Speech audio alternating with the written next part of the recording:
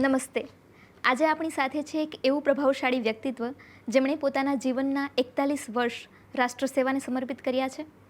સબ ઇન્સ્પેક્ટરથી શરૂઆત કરીને IPS officer બનવા સુધીની સફર તેમણે કરી છે.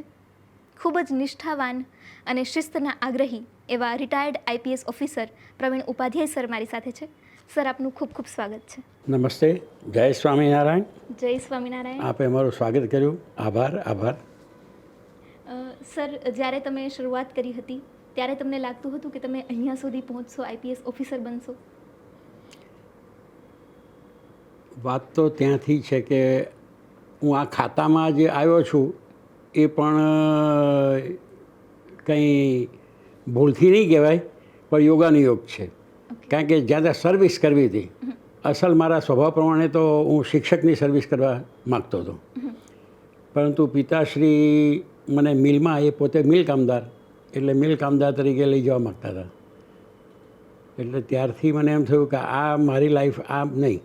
પિતાશ્રીએ ભલે એમાં પસાર કરી, હું કાંઈક શિક્ષક તરીકે રહું તો એ વધારે સારું છે.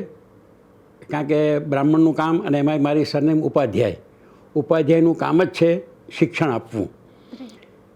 પણ દૈવ યોગે આમાંથી પોલીસ ખાતામાં આવવાનું થઈ ગયું. એટલે પોલીસ ખાતામાં પાર બી પડી ગયા. પીએસઆઈથી શરૂ કરી હમણાં તમે કીધું એમ આઈપીએસ તરીકે હું રિટાયર થયો અને 41 વર્ષની સર્વિસ કરી મેં આ ખાતામાં. તમને પહેલાંથી આ પોલીસ ખાતા બાજુનો કોઈ ઢોળાવ હતો અથવા તો સેવા કરવી છે એવો કોઈ ઉદ્દેશ્ય હતો કે જેમ જેમ આગળ વધ્યા એ રીતે તમારું નિષ્ઠા વધતી ગઈ પોલીસ ખાતા માટે?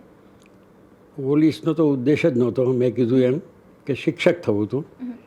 અને પોલીસ તો થયા પછી ખબર પડી કે પોલીસ આને કહેવાય. એટલે પોલીસના તબક્કા કે પોલીસમાં કેટેગરી કે પોલીસની ફરજો અને પોલીસની શું કાર્યવાહી, એમાંનો એકડોય મને કાંઈ ખબર નહોતી. હું 62 ડિસેમ્બરમાં ઇન્ટરવ્યૂ આપ્યો સબ ઇન્સ્પેક્ટર તરીકેનો, ડાયરેક્ટ સબ ઇન્સ્પેક્ટર. એમાં દૈવ યોગે એવું થયું કે સામાન્ય રીતે એ જમાનામાં ઇન્ટર પાસ હોય એને સબ ઇન્સ્પેક્ટર તરીકે ભરતી કરતા હતા. પણ 62ના જે ઇન્ડિયા ચાઇના વોર થયેલો અને આંતરિક સુરક્ષા માટે પણ પોલીસ ખાતામાં ઓફિસરોની જરૂરિયાત ઊભી થયેલી. એટલે ગુજરાત પોલીસમાં સબ ઇન્સ્પેક્ટર તરીકે ઇન્ટરમાંથી ધોરણ નીચું ઉતારી મેટ્રિક્યુલેટ કેન્ડિડેટ લેવાનું નક્કી કરેલું. અને એમાં દૈવ યોગે મારો ચાન્સ લાગ્યો. એટલે 62 ડિસેમ્બરમાં સિલેક્ટ થયો. 63 જાન્યુઆરીથી હું સબ ઇન્સ્પેક્ટરની ટ્રેનિંગમાં જોડાયો. સૌથી પહેલું તમારું પોસ્ટિંગ ક્યાં હતું અને ત્યાં તમારી ભૂમિકા શું હતી? પહેલું પોસ્ટિંગ થતાં પહેલાં 1.5 વર્ષની મેં ટ્રેનિંગ લીધી જુનાગઢમાં. એ વખતે પોલીસ તાલીમ શાળા એવું કહેવાતું હતું. હવે તો પોલીસ ટ્રેનિંગ કોલેજ એવું કહેવાય છે. અને એ અત્યારે જુનાગઢ નથી, હવે તો અહીં કરાઈ, ગાંધીનગર જિલ્લામાં કરાઈ છે, નર્મદા નહેર છે એની બાજુમાં, ત્યાં આવી ગઈ છે. એટલે 1.5 વર્ષની તાલીમ લીધા પછી તાલીમમાં કાયદાનું જ્ઞાન આપે, સાથે સાથે આઉટડોર ફિઝિકલ ફિટનેસનું પણ તાલીમ આપે. એટલે આ રીતે 3 ટર્મ, 5 મહિનાની 3 ટર્મ હોય, એ 1.5 વર્ષ ત્યાં પૂરું કર્યું. અને ત્યાર પછી સૌથી પહેલી પોસ્ટિંગ અમદાવાદ સિટીમાં ગોમતીપુર પોલીસ સ્ટેશનમાં થઈ મારી. તમે જાહેર સેવાને કઈ રીતે જુઓ છો, જ્યારે સેવામાં આવ્યા એ પહેલાં, પછી અને હવે? જાહેર સેવાની પહેલાંની તો કોઈ વાત જ છે નહીં. કારણ કે આ ખાતામાં હું આવીશ અને સર્વિસ કરીશ એવું તો કલ્પનામાં નહોતું. આ તો સરકારે જે તે વખતે પેલી મેં કીધું કે ઇન્ટરમાંથી મેટ્રિક્યુલેટનું લેવલ લાવ્યા અને એમાં મને બાય ચાન્સ મળી ગઈ આ સર્વિસ. પણ એટલું ખરું કે જે બી કરો એમાં પૂરા અંદર ઉતરવું. પછી હું શિક્ષક હોત તો મારા વિદ્યાર્થીઓને બી એવા જ હું એવી રીતે ટ્રેન કરત, અને કદાચ મારા ઘરના સવાયા પાકે એવી હું ઉમ્મીદ રાખત. એમ આ ખાતામાં આવ્યો તો મારી ટેરિટરીમાં, મારા અંડરમાં, મારા ઇલાકામાં જે બી પ્રજા છે એ નિરાંતે સૂવી જોઈએ. ભલે એ 100% થતું નથી, પણ શક્ય એટલું તો હું કે મારો સ્ટાફ એને મારી આવી સલાહ હોય જ કે પ્રજા નિર્ભયતાથી આપણા રાજ્યમાં, આપણા ટેરિટરીમાં રહેવી જોઈએ. પોલીસ ડિપાર્ટમેન્ટ એ કોઈ પણ સરકાર, એટલે રાજ્ય સરકાર કે કેન્દ્ર સરકાર, એના ગૃહ ખાતા નીચે આવતું આ ડિપાર્ટમેન્ટ છે. અને આંતરિક સલામતી માટે બંધાયેલું છે.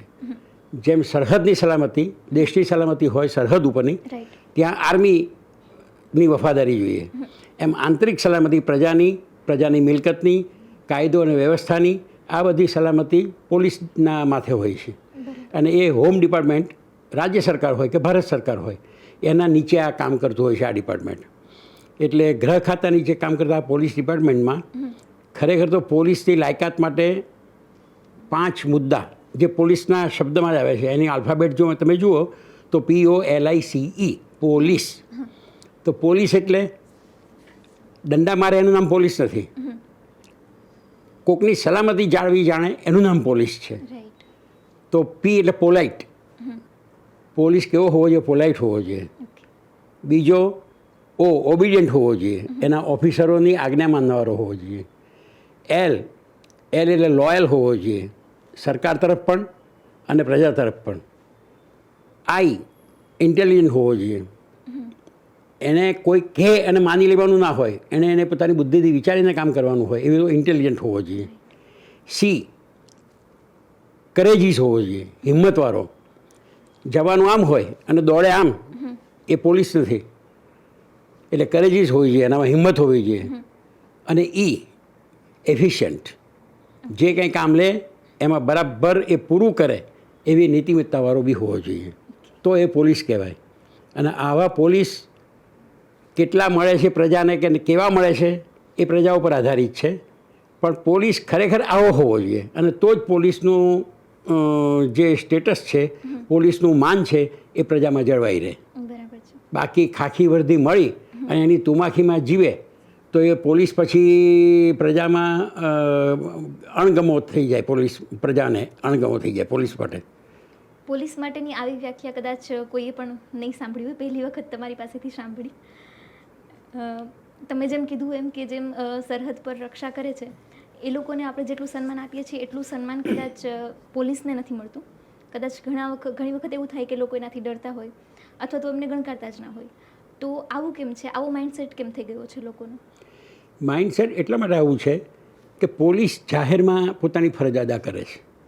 બીજા બધા કોઈ પણ સરકારી ખાતા લો, એના કર્મચારી કે ઓફિસર એ બંધ વારણે એટલે કે પોતાની ઓફિસોમાં બેસીને કામ કરતા હોય છે. ફિલ્ડ વર્ક પોલીસનું જ વધારે હોય છે, બીજા બધાના નથી હોતા એવું નહીં. પણ અને બીજું પોલીસ યુનિફોર્મમાં હોય છે એટલે નજરે જલ્દી ચડે. કોઈ મામલતદાર સાહેબ, કોઈ કલેક્ટર સાહેબ કે કોઈ સેક્રેટરી સાહેબ નીકળે, ચાલતા બી નીકળે, કોઈ વાહનમાં નીકળે તો એને કોઈ એમ નહીં કે અરે વાળા સેક્રેટરી જાય છે, સિવાય કે પર્સનલ જાણતો હોય તો. જ્યારે પોલીસ કોન્સ્ટેબલથી માંડીને DG સુધી જો યુનિફોર્મમાં હોય તો તરત જ જાણકાર કહે છે કે આ કોન્સ્ટેબલ છે, આ હેડ કોન્સ્ટેબલ છે, આ સબ ઇન્સ્પેક્ટર છે, આ ઇન્સ્પેક્ટર છે. એના સ્ટારને એના ઉપરથી જો જાણકારી એને હોય તો છેવટે કાંઈ ના હોય તો એટલું તો જાણે કે આ પોલીસ છે કે પોલીસ ઓફિસર છે. અને પોલીસની વ્યાખ્યામાં પોલીસ ઓફિસરની વ્યાખ્યા બોમ્બે પોલીસ એક્ટ હતો, હજી બી છે જ કદાચ, તો એમાં પોલીસ કોન્સ્ટેબલથી માંડીને ડાયરેક્ટર જનરલ ઓફ પોલીસ એટલે કે DGP, સ્ટેટના જે વડા, સૌથી પોલીસ વડા, એ બધા પોલીસ ઓફિસર જ કહેવાય. કોન્સ્ટેબલ એ કોઈ નીચી કક્ષા નથી. કક્ષામાં ભલે નીચે આવે, સૌથી બોટમમાં, અને ઊંચામાં ઊંચી કક્ષા આવે છે DGPની, પણ એ પોલીસ ઓફિસર તરીકે જ એની ગણના થતી હોય છે. અને એનું માન પણ એટલું જ જળવાવું જોઈએ જેટલું DGનું જળવાતું હોય એટલું જ પોલીસ કોન્સ્ટેબલનું. પણ એ જાળવણી રાખવી એ પોતાના હાથમાં છે. પોતે કેવા કાર્યશીલ છે, પ્રજાના કેવા કામ કરી જાણે છે, પ્રજાને કેટલા મદદરૂપ થાય છે એ જો જુએ તો ચોક્કસ પ્રજા પણ કદર કરે જ છે, નથી કરતી એવું નહીં. જે પ્રજા પોલીસ ઉપર પથ્થર ફેંકે છે એ જ પ્રજા પોલીસનું જમવાનું અને રહેવાનું પણ ઠેકાણું પૂરું પાડે છે. એના દાખલા કે કોમ્યુનલ રાયોટ્સ અમદાવાદમાં ઘણા થયા અને મેં એમાં ઘણી બધી એવી સેવાઓ આપી.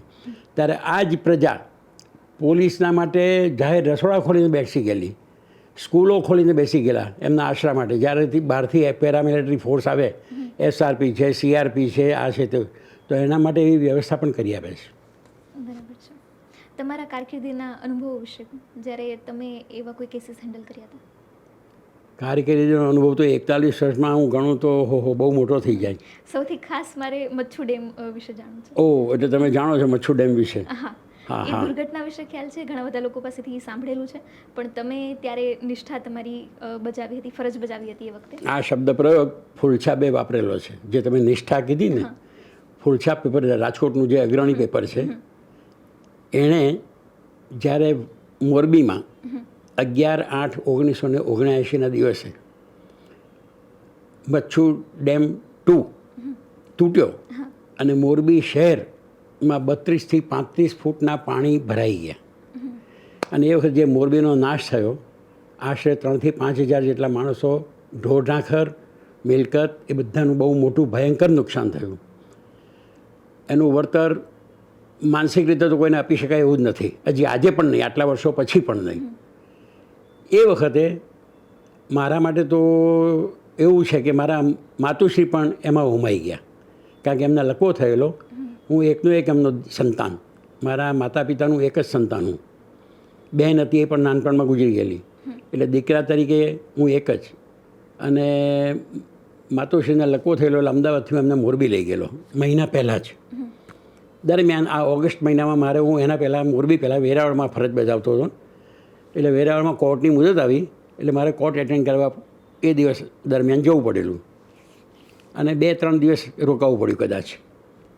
તો 11 ઓગસ્ટે અહીંયા મોરબી મચ્છુ 2 નંબરનો ડેમ તૂટ્યો અને એના લીધે જે મોરબીમાં હોનારત થઈ એમાં મારા માતુશ્રી હોમાઈ ગયા, કારણ કે લકવો થયેલો હતો એટલે ખસી શક્યા નહીં, ખસેડી શકાયા નહીં. પણ હું બીજે દિવસે જ્યારે 12મીએ પાછો ફર્યો મોરબીમાં, ત્યારે મોરબીની પરિસ્થિતિ જોઈને જ મને થયું કે હા, જે મારું શહેર, કારણ કે હું જ્યાં બી સર્વિસ કરું ને ત્યાં હું મારું શહેર, મારું ગામ, મારો તાલુકો, મારો જિલ્લો, હું એવું સમજીને હંમેશા ફરજ અદા કરતો હતો. અને તો જ તમારાથી સારી રીતે તમારી ફરજ અદા કરી શકાય. તમે એમ માનો કે હું 2 મહિના કે 6 મહિના કે 2 વર્ષ માટે આવ્યો છું, તો એમાં પછી એ તમારી ફરજ ઉગી નીકળતી નથી. તમે તમારું પોતાની ફરજ છે, પોતાનું કાર્ય છે એવું સમજીને જો અદા કરો તો જ તમે સંનિષ્ઠતાથી એ અદા કરી શકો છો. અને એટલે આ ફૂલછાપ પેપરે નાનકડા કોલમમાં ફરજનિષ્ઠ ફોજદાર, એ વખત હું સબ ઇન્સ્પેક્ટર હતો, ફરજનિષ્ઠ ફોજદાર એવો ઉલ્લેખ કરીને મારા વિશે લખાણ કરેલું. અને એટલા માટે એને કરેલું કે મારા માતુશ્રી હોમાઈ ગયા છતાં એમના અગ્નિ સંસ્કાર માટે પણ મેં પરવા કરી નહોતી, કારણ કે મેં કીધું એ પ્રમાણે 3 થી 5 હજાર માણસ જ્યારે મારું મોરબી શહેરનું હોમાઈ ગયું એમાં, તો મારા માતુશ્રી તો એ પૈકીના એક જ હતા. ભલે હું એકનો એક સંતાન હતો, અગ્નિ સંસ્કાર કરવાની મારી ફરજ હતી, પણ છતાં મેં મારા ડીએસપી જે તે વખતના એમણે પણ કીધું કે તમે અમદાવાદ જાઓ માતુશ્રીનું ડેડ બોડી લઈને. પણ ડેડ બોડી બી અહીંયા અમદાવાદ પહોંચ્યું જ નહોતું, કારણ કે અહીંયા ભોગાવો બી ભરપૂર હતો એ વખતે. એટલે એમની લાશને રાજકોટમાં અગ્નિ સંસ્કાર મારા એક બેચમેટ સબ ઇન્સ્પેક્ટર હતા એમના થ્રુ કરાવ્યો. અને એક મારા સગા હતા જેલ સુપ્રિન્ટેન્ડન્ટ, એ બંને ભેગા થઈને ત્યાં અગ્નિ સંસ્કાર કરેલા રાજકોટમાં. એટલે કે મેં મારી ફરજ છોડી નહોતી.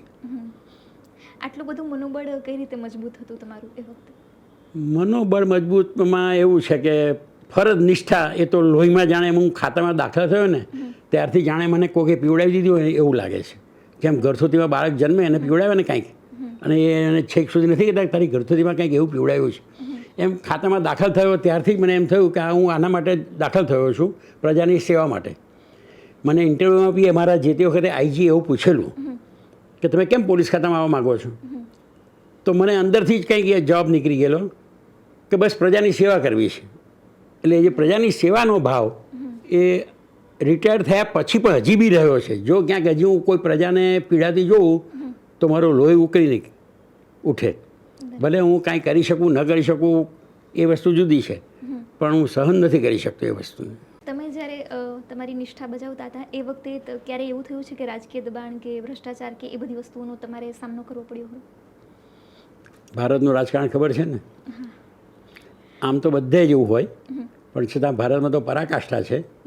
રાજકારણીઓ કોઈ પણ ખાતાના અધિકારીઓને ઇન્ફ્લુઅન્સમાં લેવાની કોશિશ કરે, દબાવવાની કોશિશ કરતા હોય અને એમના સ્વાર્થ સાધવાની જ કોશિશ કરતા હોય છે. મને પણ 41 વર્ષમાં નાના મોટા એવા ઘણા કડવા અનુભવ થયેલા, પણ હું ન્યાયને વળેલો છું. ફરજ નિષ્ઠા તો ખરી, પણ ન્યાય પહેલો. ગરીબને દબાવીને તવંગરને મદદ કરવી એ મારા સંસ્કાર જ નથી. આનો એક દાખલો, હું ગોંડલમાં સબ ઇન્સ્પેક્ટર હતો, ગોંડલ તાલુકાનો. ત્યારે અમરેલી જિલ્લાના કોઈ ગામમાં સરપંચ તરીકે કોઈ સજ્જન માણસે પોતાના ગામને નંદનવન જેવું બનાવેલું, પણ કોઈ ઓઇલ મિલર હતો, એને એમ થયું કે આ સરપંચ બહુ વખતથી ટક્યો છે, હું હવે પૈસો થયો મારી પાસે, મારે કંઈક સરપંચ થવું જોઈએ. એણે ગમે તે કાવા દાવા કરી પેલા સજ્જન સરપંચનું મર્ડર કરાવી નાખ્યું. પણ ભૂલ કરી ગયો, એની લાશ નાખી મારા ગોંડલ તાલુકાની ટેરિટરીમાં. આખો જિલ્લો બદલાઈ ગયો. એટલે મેં આ કેસની તપાસ કરી તો એ ઓઇલ મિલર ભાઈ એવું સમજતા હતા કે મારી પાસે પૈસો છે, ઉપરાંત પોલીસ ઓફિસરો સિનિયરોની ઓળખાણ બી લાવેલા કે આવી ઓળખાણો છે એટલે મારું કાંઈ થશે નહીં. પણ મારા સ્વભાવગત મેં એમને પોલીસ શું છે, કાયદો શું છે એની બરાબર સભાનતા બતાવી દીધેલી. અને એના લીધે એ 6 મહિના સુધી હાઈકોર્ટમાંથી બી જામીન લેવાની ઘણી કોશિશ કરી છતાં છૂટી શક્યા નહોતા. એટલે મને ક્યાંય પણ અન્યાય થતો હોય એ સહન થતું નથી. પૈસાના જોરે ગરીબોને દબાવવા એ તો હું સહન જ ના કરી શકું. કારણ કે થોડું ગાંધીજી અને સરદાર પટેલના આપણા ગુજરાતના સપૂતોના સંસ્કાર બી આપણામાં હોવા જોઈએ અને એ રીતે ચાલવું જ જોઈએ. બરાબર છે. તમારી સેવાના એવા કોઈ ગર્વના અનુભવો કે જે તમારા માટે જીવનભરની મૂડી બની ગયા છે? મને કદર કરાવવામાં કંઈ રસ નહોતો, અને એમાંય પોલીસ ખાતામાં કદર થવી બહુ મુશ્કેલ હોય છે. રાઈટ. અને મને કોઈની પગચંપી કરતાં આવડી નહોતી. બરાબર. એનો અર્થ બહુ જુદો છે, એનું વિશ્લેષણ આપણે કંઈ કરવું નથી. પણ એવું મેં કંઈ કોઈ દી કર્યું નથી. ઉપરથી હું એન્ટી કરપ્શનમાં સબ ઇન્સ્પેક્ટર હતો, અને લીગલી પોલીસ કમિટી મળે પ્રમોશન માટેની, એ જ દરમિયાન મળેલી. અને એ જમાનામાં એટલે કે 72-3માં ડિપાર્ટમેન્ટલ પ્રમોશન કમિટી પ્રમોશન આપવા માટે મળેલી સબ ઇન્સ્પેક્ટરમાંથી ઇન્સ્પેક્ટર માટેની. તો હું એન્ટી કરપ્શનમાં હોવા છતાં સારા રેકોર્ડ આધારે તો એન્ટી કરપ્શનમાં એ વખતે પોસ્ટિંગ થતી હતી. એવું નહીં કે હું કોકને ઓળખું છું ને એને મારે લઈ આવો છે એન્ટી કરપ્શનમાં માટે હું એન્ટી કરપ્શનમાં લાવું, એવી ભાઈ ભલામણ નહોતી એ જમાનામાં. જેનો સારો રેકોર્ડ હોય એને એન્ટી કરપ્શનમાં મૂકતા હતા. CBI છે, એન્ટી કરપ્શન છે, આ બધી બ્રાન્ચો એવી છે કે જે સારી ઇમેજ હોય, સારું જેનું કામ હોય એવા અધિકારીઓની જ એમાં નિમણૂક થાય. તો એ રીતે મારી નિમણૂક થયેલી. જે અધિકારીએ મારી નિમણૂક કરી એ અધિકારી ડિપાર્ટમેન્ટલ પ્રમોશન કમિટીના ચેરમેન હતા, પણ કોઈક બીજા અધિકારીના કહેવાથી જે થયું હોય, પણ મને એ વખતે પ્રમોશન એ કમિટી આપ્યું નહીં. અને બરોડા હું એન્ટી કરપ્શનમાં હતો, ત્યાંથી ઉઠાવીને મને જુનાગઢ મોકલી દીધો. મને કોઈ કારણ આપ્યું નહીં, કશું જ નહીં. 5-6 મહિના પછી મને ખબર પડી જ્યારે પ્રમોશન રિલીઝ થયા કે ભાઈ હું તો ડ્રોપ થઈ ગયો છું, મને પ્રમોશન મળ્યું નથી પોલીસ ઇન્સ્પેક્ટરનું. એટલે મેં ઘણી બધી રજૂઆતો કરી, પરિણામ શૂન્ય. એટલે પછી હું કદાચ એવો એક જ ઓફિસર છું પોલીસ ડિપાર્ટમેન્ટમાં હજી સુધી આજે રિટાયર્ડ થયા 20 વર્ષ પછી પણ, કે કોઈ પોલીસ ઓફિસર કોઈ હાયર ઓફિસરની સામે કોર્ટે ચડ્યો હોય એવો પહેલો એકલો હું છું. જુનાગઢમાં 1973માં પછી હું કોર્ટમાં ગયો, અને જે તે વખતના આઈજીના આ જે પીઆઈના પ્રમોશનના ઓર્ડર હતા ને એને મેં ચેલેન્જ કર્યા, અને કોર્ટે બી માન્ય રાખ્યા કે આવા એડહોક પ્રમોશન આઈજી આપી શકતા નથી. ડિપાર્ટમેન્ટલ પ્રમોશન કમિટીમાં જે મંજૂર થયા હોય એને આપી શકાય, બાકી એડહોક પ્રમોશન આપી શકાય નહીં. અને એમાં એવા એડહોક પ્રમોશન અપાયેલા હતા, એ બધાની પીછેહટ થઈ. આઈજી જેવાને પોતાનું ઇન્સલ્ટ લાગેલું એ વખતે કે મારા ઓર્ડરને એક સબ ઇન્સ્પેક્ટર ચેલેન્જ કરે છે. પછી તો બાયસ માઇન્ડથી મારા ઉપર માછલા ધોવાયા 11 વર્ષ સુધી. એક દશકો નહીં, દશકાની ઉપર લટકાનો 1 વર્ષ બીજો, એમ 11 વર્ષ સુધી મેં સંઘર્ષ કર્યો પ્રમોશન માટે. ત્યારે 1984માં હું 73માં ડ્રોપ થઈ ગયેલો, 1984માં પીઆઈનું પ્રમોશન મેળવી શક્યો 11 વર્ષની તપસ્યા પછી. પણ મારો વિલ પાવર, બીજી કોઈ મારામાં કુટેવ નહીં. પોલીસની રીતે જોઈએ તો પોલીસ કેવા હોય શું હોય મારે કંઈ નથી કહેવું, પણ એમનેમ ઇઝીલી જે કંઈ પ્રાપ્ય થતું હોય તો પોલીસમાં બધું જ હોઈ શકે છે. પણ એ માયલું મારામાં કોઈ દુર્ગુણ નહોતા, કારણ કે મા બાપના સંસ્કાર એવા હતા, ઘરમાંથી શિસ્ત પણ એવી હતી, સંસ્કાર પણ એવા હતા. એટલે કોઈ દુર્ગુણ કે કોઈ વ્યસન કે કોઈ મારી ચારિત્ર કે બાબતમાં કોઈ આંગળી કરી શકે એમ નહોતું. ફરજ તો મારી પહેલેથી હતી કે અડધી રાત્રે બી 2 વાગે બી મને કોઈ કોલ આવે તો હું એમ ના વિચારું કે ચાલો કલાક બીજી હું ખેંચી લો પછી જઉં, તરત દોડવાનું જ, પછી ગમે તેવું કામ હોય. એટલે એના હિસાબે છેવટે હાઈકોર્ટમાં હું ગયેલો તો હાઈકોર્ટમાંથી બી ધાર્યું પરિણામ હું નહોતો લાવી શક્યો જે તે વખતે. પણ સરકારમાં પછી રજૂઆત કરતાં કરતાં સરકારમાં એક સારા અધિકારી મળ્યા, એમણે મારો રૂબરૂમાં ઇન્ટરવ્યૂ લીધો, મને સાંભળ્યો અને મારા કેસમાં ન્યાય લાગ્યો એમને કે નહીં આમને અન્યાય થયો છે, એમણે ન્યાય તોડીને આપ્યો.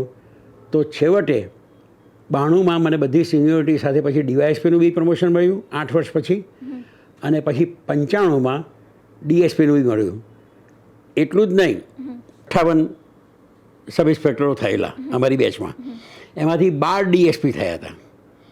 પણ મેં કીધું એ રીતે ભગવાનની કૃપા ફક્ત મારી ઉપર કે જે આઈપીએસ હું એક જ થયો, બાકી બધા ડીએસપી ખરા પણ એ ગુજરાત પોલીસ સર્વિસ એટલે જીપીએસ તરીકેના, જ્યારે આઈપીએસ એટલે ઇન્ડિયન પોલીસ સર્વિસ, તમને ખ્યાલ હશે જેનું સિલેક્શન યુપીએસસી જ કરતી હોય છે, આઈએએસ આઈપીએસ આઈએફએસ એ બધાય. એટલે આ હું મારી નોમિનેટેડ આઈપીએસ કહેવાઉં, ડાયરેક્ટ રિક્રુટેડ નહીં પણ નોમિનેટેડ. એટલે નોમિનેટેડ આઈપીએસ 12 ડીએસપી મારી બેચના જે અમે થયેલા એમાંથી હું એક જ આઈપીએસ થયો. પોલીસ તંત્ર માટે લોકોની પણ ઘણી બધી માનસિકતા હોય અને એ તંત્રમાં કામ કરતા લોકો પણ તમારી સાથે એવા જોડાયેલા હોય જેમાં કદાચ દુર્ગુણો કે એવું કંઈ હોઈ શકે, અને બધાની વચ્ચે તમે તમારું ચરિત્ર અને તમારું વ્યક્તિત્વ, તમારા ગુણોને બધું જ સાચવીને રાખ્યું, તો એ કેટલું અઘરું હતું તમારા માટે? એમાં હું કહીશ કે મારા મા બાપના જે સંસ્કાર છે એ કીધા ને, ઉપરાંત હું સ્વામિનારાયણ સંપ્રદાયનો ફોલોવર છું. એટલે સ્વામિનારાયણ સંપ્રદાય એક તો નિર્વ્યસની છે, તમે કદાચ જાણતા હો તો. શ્રી કૃષ્ણ, રામ, આ બધાએ જે કાંઈ બી ભગવાનના આપણા બધા એક જ છે, પણ સ્વામિનારાયણ સંપ્રદાય નિર્વ્યસની માટેનું ઝુંબેશ બધી રીતે બહુ આગળ પડતી ઉપાડતો હોય છે. એટલે જે સંસ્કાર એ પડેલા ધર્મના, એના લીધે હું નિર્વ્યસની રહી શક્યો, એ ચોક્કસ વાત છે. મારી કેરિયરમાં કાંદા લસણનો ટેસ્ટ હજી સુધી મેં ચાખ્યો નથી, એવો હું નિર્વ્યસની છું. હવે સમજી લો કે આગળનું તો પછી વિચારવાનું નથી, એવું છે. પણ છતાં એક દાખલો રમૂજ જેવો છે. હું વેરાવળમાં LIBમાં હતો. હવે LIB એટલે કે CID જે IB ઇન્ટેલિજન્સ બ્યુરો કહેવાય ને, એવી શાખા હોય જ્યાં ડ્રેસ ના પહેરવાનો હોય, આવી રીતે સિવિલિયનમાં ફરવાનું અને કામ કરવાનું, બધું ઇન્ટેલિજન્સ કલેક્ટ કરવાની હોય, રાજકારણીની ને બીજી જે બી હોય બધી, કામદારોની છે, એમ્પ્લોઈઝ બધા બીજા એ બધી. એટલે ઇતર પ્રવૃત્તિ જેમાં લો એન્ડ ઓર્ડર એટલે બીજી રીતે નહીં પણ સાયલેન્ટલી કામ કરવાનું હોય. તો એમાં મારી પાસે એક કોન્સ્ટેબલ હતો, પણ મારો ગુસ્સો જરા પરશુરામ જેવો ખરો. એક ગામમાં મારી છાપ હજી બી એવી છે કે અહીંયા એક પરશુરામ ઓફિસર હતા, નામ મારું પરશુરામ નથી, નામ મારું પ્રવીણભાઈ છે, પણ મારી ઇમેજ એવી પડી ગયેલી કે આ એક પરશુરામ છે. એટલે કે જે અન્યાયની સામે બંધ પોકારીને ગમે તેવાને પણ એ દબાવી શકે છે અને કંટ્રોલ કરી શકે છે એવું. તો એ કોન્સ્ટેબલ મને કે સાહેબ તમે સ્વામિનારાયણના અનુયાયી છો, કાંદા લસણ ખાતા નથી અને આટલા ગરમ કેમ છો? એટલે મેં હસતા હસતા જવાબ દીધો કે પોલીસે ગરમ તો રહેવું જ જોઈએ અને જ્યાં જેટલી ગરમી બતાવવાની હોય એટલી બતાવવી જ જોઈએ. મારો એક સિદ્ધાંત છે, મારી આંખના ઈશારે એટલે કે આંખોના પ્રભાવથી જો કોઈ ડરતો હોય તો મારે મોઢું ખોલવું નથી. અને મોઢું ખોલવામાં પોલીસ એટલે ગાળો દેવાની વાત છે, તો એવું મારે કાંઈ કરવું નથી, ઊંચા અવાજે બોલવું નથી કે ગાળો જ નથી દેવી. એનાથી પતતું હોય તો મારે હાથ ઉપાડવો નથી, એનાથી એ પતતું હોય તો પછી મારે લાકડી પણ લેવી નથી. એટલે રિવોલ્વર લેવાની કે એવી તો વાત જ ના રહી. મેં મારી સર્વિસમાં રિવોલ્વર ભાગ્ય ભરાવીએ છીએ, કારણ કે મેં કીધું કે પરશુરામ જેવો સ્વભાવ ઉગ્ર, ક્યાંક કંઈક થઈ ગયું અજુકતું તો વેઠવાનું મારે જ આવે. એટલે કડકાઈ તો એવી રાખવી જ જોઈએ કે તમારી આંખથી, જેમ ઘરના બાળકો બી કેમ ડરે, ઇવન પત્ની બી ડરતી હોય કે ભાઈ આ હવે આમની આંખ ફરી છે એવું કહેતા હોય છે ને આપણે કે મિસ્ટરની આંખ ફરી છે, હવે જરા છોકરાઓને કહે કે જરા સીધા રહેજો, એમ આંખથી ડરતા હોય તો મારે આગળનું કોઈ પગલું ભરવું જ નથી એમ.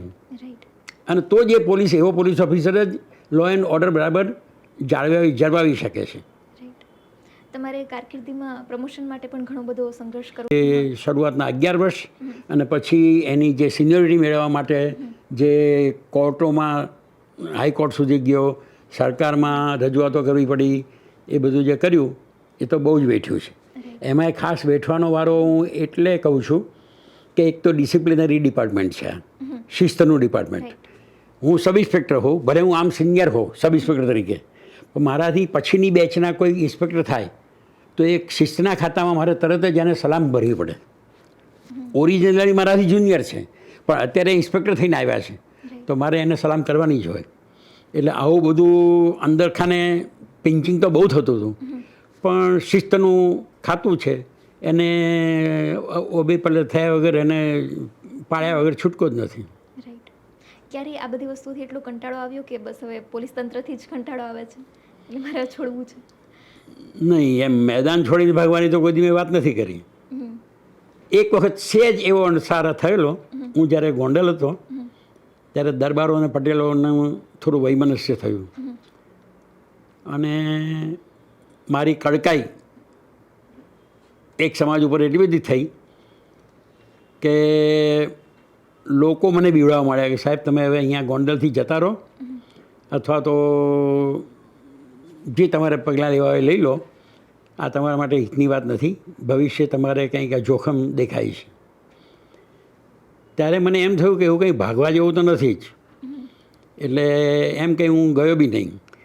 પણ સરકાર બી એ વખતે જે બી મંત્રીશ્રી હતા કે અમારા ઓફિસરો હતા એ બધાને મારી કાર્યશૈલીનો બરાબર પરિચય હતો.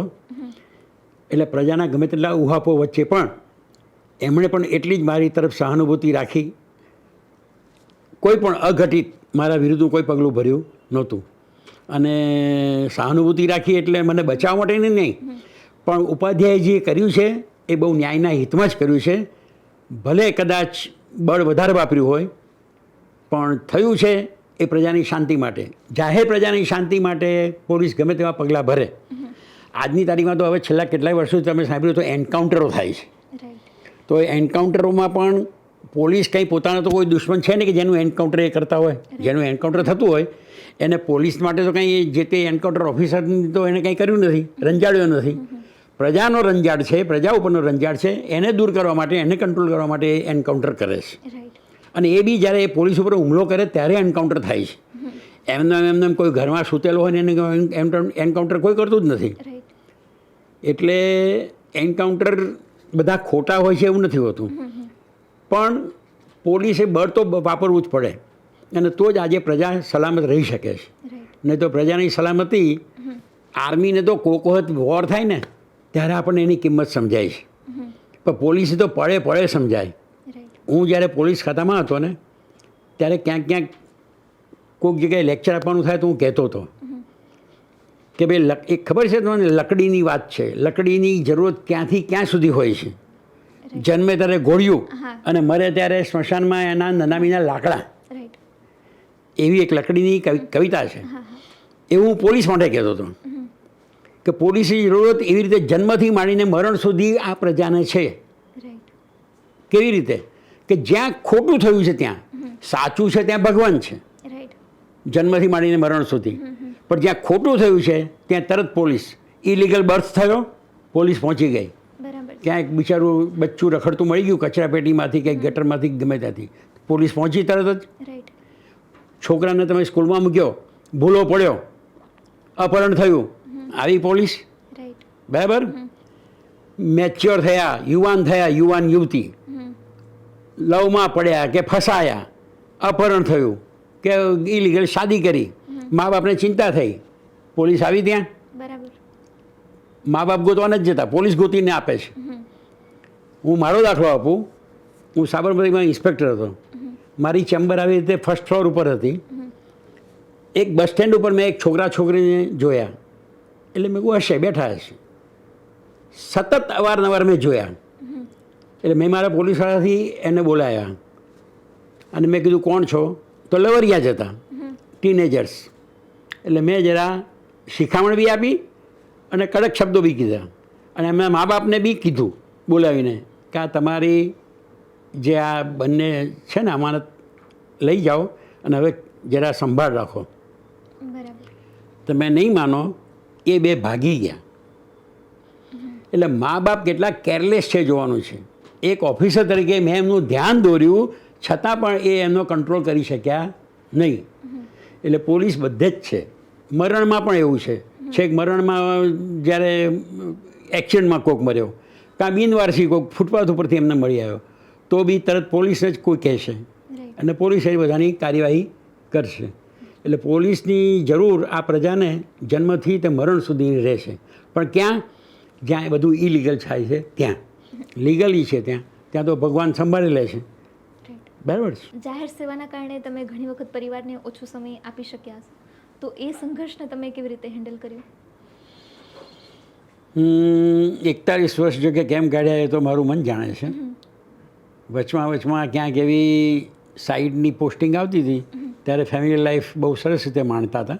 બાળકો સાથે, પત્ની સાથે હરવું ફરવું. હું પોલીસ ઓફિસર હોવા છતાં મને પિક્ચર, જૂના પિક્ચરો અને એના ગીતો હજી આજે પણ ગમે છે. એટલે પિક્ચર બી જોતો હતો, ગીતો બી ગુણગુણાવતો હતો. પણ જ્યારે એક્ઝિક્યુટિવ જોબ મેં જે કીધી ને એ રીતે એક્ઝિક્યુટિવ જોબ હોય ત્યારે 24 કલાકમાં અમારા પોલીસ ખાતામાં એવું છે કે એનો કોઈ ક્રાઇટેરિયા નથી કે આ 8 કલાક તમારી જોબ, બાકી તમારે રજા. આજે પણ કદાચ એમ જ છે. પોલીસની ઇમરજન્સી ક્યારે ક્યાંથી ક્યાં આવી જાય એ કોઈ કહી શકે નહીં. જેમ કે અર્થક્વેક થયો ત્યારે કોઈને ખબર હતી? 26મી જાન્યુઆરીનો ધ્વજવંદનનો કાર્યક્રમ ચાલતો હતો. અમે શાહીબાગ પોલીસ સ્ટેડિયમ અમારું એમાં હતા, ધ્વજવંદન કરતા હતા અને ત્યાં અર્થક્વેક થયો. ત્યારે આ માનસીથી શરૂ કરી શિખર, અહીંયા નજીકનું શિખર બિલ્ડિંગ હતું. આવા કેટલાય બિલ્ડિંગો ધરાશાયી થયેલા. અમદાવાદમાં અસર થઈ એટલું નહીં, દક્ષિણ ગુજરાત સુધી અસર થઈ. એમાં કચ્છ તો ભસ્મી, આમ જેને શું કહેવાય, જમીન દોસ્ત થઈ ગયેલું. એટલું બધું કચ્છમાં ઇફેક્ટ થયેલી. અને એટલે હું ડીસીપી કંટ્રોલ હતો એ વખતે શાહીબાગમાં પોલીસ કમિશનર ઓફિસમાં. તો કેશુભાઈ એ વખતના આપણા માનનીય મુખ્યમંત્રીશ્રી, એ સેટેલાઇટ ફોનથી પણ વાત એ વખતે થતી હશે, પણ હાથ વગો હતો કે નહીં મને ખ્યાલ નથી. પણ ગમે તે સંજોગોમાં મારા ત્યાં કમિશનર ઓફિસમાં દોડી આવ્યા અને મારી ખુરશી ઉપર આવીને બેસી જે તે વખતે જે તે જિલ્લામાં એક મિનિસ્ટરો ધ્વજવંદન કરાવવા ગયેલા. એમાં સુરેશભાઈ મહેતા કરીને એક કચ્છના જ હતા વતની, અને કચ્છમાં ભુજમાં એ ધ્વજવંદન કરાવવા ગયેલા. તો કચ્છની પૂરેપૂરી માહિતી સુરેશભાઈથી જાણવા માટે કેશુભાઈ પટેલ, આપણા માનનીય મુખ્યમંત્રીશ્રી, મારી ખુરશીમાં આવીને બેઠા અને આખું વાયરલેસ અને ટેલિફોનિક, સેટેલાઇટ ટેલિફોન એ બધાથી એમણે માહિતી મેળવી. એટલે આ સંજોગોમાં હું તો ઓફિસ કે મારી ફરજ છોડી જ ન શકું. એટલે લગભગ 3 દિવસે હું ઘરે ગયેલો, અમદાવાદમાં હોવા છતાંય. આવી જ પરિસ્થિતિ મોરબી વખતે પણ થયેલી. મોરબી જ્યારે ઉનાળત થઈ ત્યારે મેં કીધું ને કે હું વેરાવળથી આવ્યો, ત્યારે વેરાવળથી પાછા ફરતા રાજકોટ બસ સ્ટેન્ડે હું આવ્યો ત્યારે એક કોન્સ્ટેબલ મારો મોરબીનો મને જોઈ ગયો, દોડતો આવીને રડવા માંડ્યો. એટલે હું કેમ રડે છે? એટલે કે સાહેબ મોરબી આખું સાફ થઈ ગયું. ત્યાં સુધી મને ખબર નથી કે શું થયું. આગલા દિવસે 11મી, અને આ મને હું 12મી તારીખની વાત કરું છું, રાજકોટના બસ સ્ટેન્ડની. તો કે સાહેબ આપણે બધા સાફ થઈ ગયા. મેં કેમ, પણ શું છે? એટલે કે સાહેબ તમને ખબર નથી? મેં કહું ના, હું તો વેરાવળથી આવું છું. તો કે સાહેબ મોરબી ડેમ તૂટ્યો અને આખું મોરબી તણાઈ ગયું અને કેટલાય મરી ગયા. પોલીસ લાઇનમાં પણ કેટલાય મરી ગયા છે અને પ્રજામાં બી ઘણા બધા. મેં કહું ઓહો. એટલે ત્યારે પછી રાજકોટથી મોરબી ક્યારે આવે એ મને ભારે પડી ગયું. એટલો બધો સમય, જાણે 2 કલાકનો રૂટ પણ મને 12 કલાક જેવો લાગ્યો. અને ત્યાં મોરબી પાસે સનારા ગામ છે, ત્યાં સુધી ટ્રાફિક ચાલુ. પછી આગળ કોઈ જવાતું નહોતું, કારણ કે મોરબીથી ટંકારાની જે રેલવે લાઇન નેરોગેજ હતી એ આ બાજુ હતી. એ આખી પાણીના ફ્લડના કારણે બીજી દિશામાં આવી ગઈ. એટલો પાણીનો ફોર્સ હતો. એટલે ધીમે ધીમે મને એ જ વખતે અંદાજ આવી ગયો કે આ કેટલું બધું પાણી અહીંયા આવ્યું હશે. પછી એ વખતે રાજકોટ શહેરના ડીએસપી પી.કે. દત્તા સાહેબ એ ત્યાં આવેલા, અને રાજકોટ જિલ્લાના ડીએસપી જેતપુરમાં, એ વખતે ભોગાવો પણ પૂર હતો જેતપુરમાં. એ જેતપુરમાં ભોગાવાએ પૂરનું નિર્માણ કરેલું. એટલે રાજકોટ જિલ્લાના ડીએસપી ત્યાં જેતપુર હતા, ચક્રવર્તી સાહેબ. અને રાજકોટ શહેરના ડીએસપી અમારે ત્યાં મોરબી આવેલા. હું એમને ત્યાં બસ સ્ટેન્ડમાં મળ્યો. મેં મારી પરિચય આપ્યો. ત્યાં પહેલાં અમે એકબીજાને મળેલા નહોતા. મેં કહ્યું હું અહીંયાનો સબ ઇન્સ્પેક્ટર ઉપાધ્યાય. એટલે એમણે મને પહેલાં ન્યૂઝ આપ્યા કે Upadhyay, sorry to say you have lost your mother. મને આ રીતે એમણે જે સમાચાર આપ્યા એટલે પહેલાં તો હું સડક થઈ ગયો પણ પછી તરત જ વિધિન અ ફ્યુ સેકન્ડ હો આ દ્રશ્ય જોતાં તો એમ લાગે છે કે મોરબીમાં ઘણા માણસ મરી ગયા છે. એમાં એક મારી મા પણ ગઈ, ભગવાનની મરજી. એટલે એમણે મને કીધું કે તમે ત્યાં પર તમારા ઘરે જાઓ, ક્વાર્ટરમાં, પોલીસ લાઇનમાં, જે બી તમારું હોય બધું પૂરું કરીને પછી ડ્યુટી ઉપર આવી જાઓ. હું ચાલતો ગારો ખૂદતો પોલીસ લાઇનમાં ગયો 2 કિલોમીટર ચાલીને. ત્યારે હું પરિસ્થિતિ જોતો ગયો તો મોરબી તો બેહાલ હતું. એ તો ભગવાન જ્યારે વિસર્જન કરે ને ત્યારે જોડે જોડે થોડી દયા રાખે છે એવું મને એ વખતે ભાન થયું. મોરબી આટલું બી બચ્યું ન હોત જો ભગવાને મોરબીનો પુલ જે પાડા પુલ તરીકે ઓળખાય છે એ તૂટ્યો ના હોત તો મોરબી આખું ખલાસ હોત. લગભગ 50-60 હજાર કે 80,000ની વસ્તી ખલાસ હોત પાણીમાં. પણ એ પુલ તૂટ્યો, એના કારણે જેટલું પાણી ભરાયેલું હતું 25 ફૂટ 30 ફૂટ એ બધું એકસાથે વહી ગયું. અને એટલે જ મોરબીની લાશો છેક માળિયા અને માળિયાથી આગળ દરિયામાંથી પણ મળેલી એવો એ વખતનો બનાવ છે. એટલે મોરબીનું જે એ દ્રશ્ય છે એની તો એ વખતે ડોક્યુમેન્ટરી બી ઉતરેલી પાછળથી અને આખો અહેવાલ બી આખો થયેલો, આખું કમિશન બી નિમાયેલું એ બાબતમાં જળ હોનારતની લીધે. પણ એ દ્રશ્ય તો જેણે જોયું છે આજે 42-44 વર્ષ પછી પણ, હમણાં તમને ખ્યાલ હોય તો જે પેલો ઝૂલતો પુલ તૂટ્યો હતો ત્યારે પણ પ્રજાને તરત યાદ એ મોરબીનો એ બનાવ યાદ આવેલો કે હા મચ્છુ ડેમ તૂટ્યો અને મોરબીની ખાના ખરાબી થઈ, એવો જ એક આ બીજો બનાવ આ ઝૂલતો પુલ તૂટ્યોને થયો છે એમ. એટલે મેં જતાં રસ્તામાં જોયું છે કે ટ્રકો, ઇલેક્ટ્રિક વાયરો જે આપણા ચાલતા હોય ને થાંભલા ઉપરના, એની ઉપર ટ્રકો લટકતી હતી. ભેંસ અને પશુઓ પણ મરેલા લટકતા હતા. માણસની તો વાત જ જુદી છે. એટલે અને પોલીસ લાઇનમાં મારા લગભગ હું માનું ત્યાં સુધી 11થી 15 માણસો પોલીસ લાઇનમાં ગુજરી ગયેલા. એમાં પોલીસવાળા 3-4 અને બાકીના family members including my mother. આવી રીતે એટલે મોરબીની તો વાત યાદ કરો તો આજે બી રૂવાડા ઊભા થઈ જાય. કારણ કે એ દ્રશ્ય જેણે જોયું છે કે એનો અનુભવ, જેને કડવો અનુભવ થયો છે. ખાસ કરીને એમાં એક બીજી વાત છે, લાક્ષણિકતા એ છે કે આપણે સૌરાષ્ટ્રમાં દીકરીઓ, કારણ કે બળેવનો તહેવાર હતો, આ થયું હતું શ્રાવણ વધી ચોથ, એટલે શ્રાવણ સુદ પૂનમ, બળેવ હજી આગળ જ ગઈ હતી 4 દિવસ પહેલાં જ. એટલે બળેવના તહેવારમાં હંમેશા દીકરીઓ પિયરમાં આવે, માવતરમાં. તો દીકરીઓ વધારે ભોગ બની હતી અને વહુઓ પોતાના માવતરમાં ગઈ હોય એટલે એ બચી ગઈ હતી. આ તો એક મારી દ્રષ્ટિએ મેં અવલોકન જે કરેલું એની વાત કરું છું. એટલે મોરબી હોનારતમાં દીકરીઓનો ભોગ બહુ લેવાયેલો.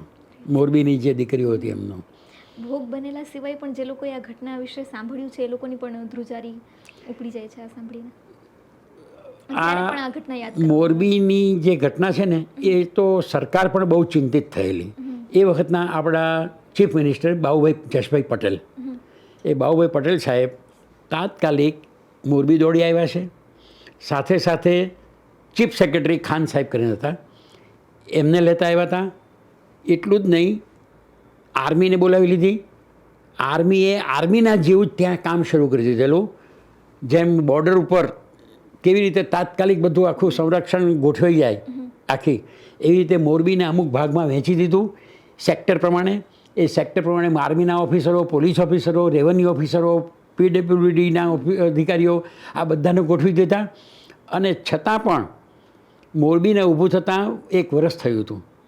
અને જોગાનું જોગ, જેમ અત્યારે પણ વરસાદ હજી આ દિવાળી ગઈ છતાંય ચાલુ છે ને, એમ એ વખતે પણ કમનસીબ મોરબીના કે દિવાળીને બેસતા વર્ષે પણ વરસાદ ચાલુ હતો. એટલે બધા સંજોગો એવા વિપરીત હતા. પણ એ સરકારને લાખ ધન્યવાદ છે, બાબુભાઈ જસભાઈ પટેલ સરકારને અને એમના અધિકારીઓ, સેક્રેટરીને બધાને, ખાન સાહેબને બધાને, કે એમણે મોરબીને નવસર્જન જે કર્યું તો અફલાતૂન કર્યું હતું. આજે જે મોરબીની રોનક છે એ વિસર્જન પછીના સર્જનની આ દેખાય છે. આ સાથે જ રાષ્ટ્ર પણ તમારા જેવા ઓફિસર છે એના કારણે આભારી છે કે આવું તમારું નુકસાન થયું હતું, તમારા મમ્મીને તમે ગુમાવ્યા અને તેમ છતાં તમે એ જ ક્ષણે ફરીથી તૈયાર હતા ડ્યુટી નિભાવવા માટે. એટલે તમને એના માટે સલામ. Thank you. હું બીજો બી એક દાખલો આપું આમાં કે મારા જે તે વખતના DSP ચક્રવર્તી સાહેબ 10 દિવસ થયા એટલે પછી મને કે ઉપાધ્યાય તમારે રજા લેવી નથી. મેં કેમ સાહેબ?